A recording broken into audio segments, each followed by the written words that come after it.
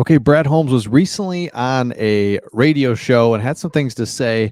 He actually pointed out a specific position that will be a point of emphasis this year. So I want to just go through this really quick.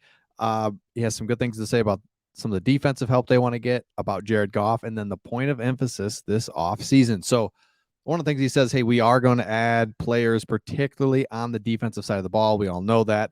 Jared Goff, however, in the quarterback position, Jared Goff's our guy into 2023. And before I get to the player or the position that he wants to make a point of emphasis, I want to just talk about how he kind of summed up Jared Goff in a really nice way that was really good. He said, I don't want to get it confused. I don't want to make it sound like I've always been a fan of Jared just because I was part of drafting him. That's not why I often hear that. He was part of drafting him, so that's why he loves him. You want every draft pick to work out. Some do, some don't. But then Holmes went on to say, he was a full-time starter for 4 years with the Rams. He made the playoffs 3 times and a Super Bowl. Like, this guy, oh man, Goff proved it. I'm a good quarterback. And so it makes that trade monumental. We get a good quarterback, 28 years old, manageable contract, and first round picks and picks galore. It's huge, right? So as you look in here, Jared Goff, he said that's what I have confidence about what Jared Goff can do. But then when we made the Stafford trade, I told Les Snead I want Jared part of that trade. That meant something to me. Awesome. Great to hear that. So let's talk about what position is a point of emphasis. Because he keeps going. He keeps talking. I don't want to read this whole article to you, but he just talks about how basically Jared's good and we're lucky to have him. So here is where things get interesting. Backup quarterback. Now, we kept saying it. Now, it's not as big of a deal because we're always like, what if Jared can't play? And then what if we have to go to somebody else? Let's look at, we had Tim Boyle, brutal. David Blau, brutal. Then Nate Sudfeld, I think he's not good at all either, but we never had to see him. Goff started all 17 games. Another thing, thank you, Jared, behind a great offensive line. No injuries. And really, you could get all kinds of things, right? Bang your thumb. There's all kinds of things that could happen. Nothing happened. We didn't have to see Sudfeld. So going to this past year, yeah, we went down to the umpteenth hour, Holmes said, trying to figure out what we're going to do at number 2. I've let it be known internally that we're not going to be in that position again heading into this year. So we have to get that settled. We're going to make this a point of emphasis this year, a backup quarterback. Now, backup quarterback. You can't name backup quarterbacks around the league. There's a reason that if your main guy goes down, you're screwed anyway.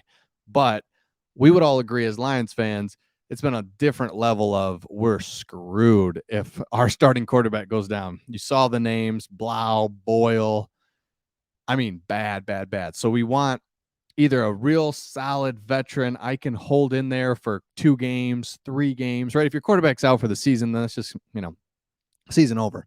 But if it's an injury, sprained ankle for 2 weeks, 3 weeks, you need a veteran, solid quarterback that can stay in there and play for you and hold his own, give your team a chance to win. Or you're looking for a rookie or a young quarterback that hasn't had time to develop or maybe develops under Brad Holmes, Ben Johnson, and we have an opportunity to really see them grow. Hey, you never know, right? Things could go well. Let's get them in there. Some potential, some ceiling versus David Blau. No ceiling, no veteran record of winning and just being a quarterback that can hang in there. So a point of emphasis this year from Brad Holmes is the backup quarterback position, which I thought was interesting that he would actually call that out, just because, it's easy to say, well, we're looking at everything or whatever, but that's the main position, not the main position, but a position that we're going to look at. And then, of course, defensively, we're going to be a point of emphasis is got to be secondary. We saw what happens when you have a good secondary versus a bad secondary. What I mean by that is, remember when Jerry Jacobs came back, I felt like our whole season changed. Not to be too dramatic, but Jerry Jacobs comes in, gives us another corner. Okuda's playing well at the time. We've got our secondary. Kirby Joseph starts playing. Tracy Walker was still, I think, healthy at the time. We kind of had a secondary. And then all of a sudden, you see when Okuda struggles, Owarie struggles. It's like, oh my gosh. And Mike Hughes is okay.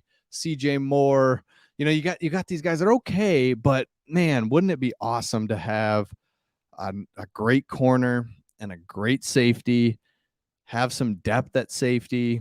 So secondary is going to be a point of emphasis. Also, linebacker depth. Derek Barnes, I'm nervous when he's in there. Looks good, looks the part, looks like a good linebacker, makes me nervous. So linebacker depth will be a big piece because we have linebackers that are great on special teams, but you never see them actually play. So thankfully, Anzalone is just a stud that never gets hurt. By the way, Anzalone played so well this year. I thought this guy was. I'm just like, man, that's our go-to linebacker is Anzalone. Hey, guy played almost every snap. 17 games. I mean, incredible for us. Needed him. Obviously, we know Malcolm's going to be very solid, a great player. He's just like a solid player. I don't know his ceiling. I don't think he's going to just keep getting better and better and better and better, but we just like plug and play. He's a great player. And then defensive line wise, we'd like some more depth and interior pass rush would be awesome.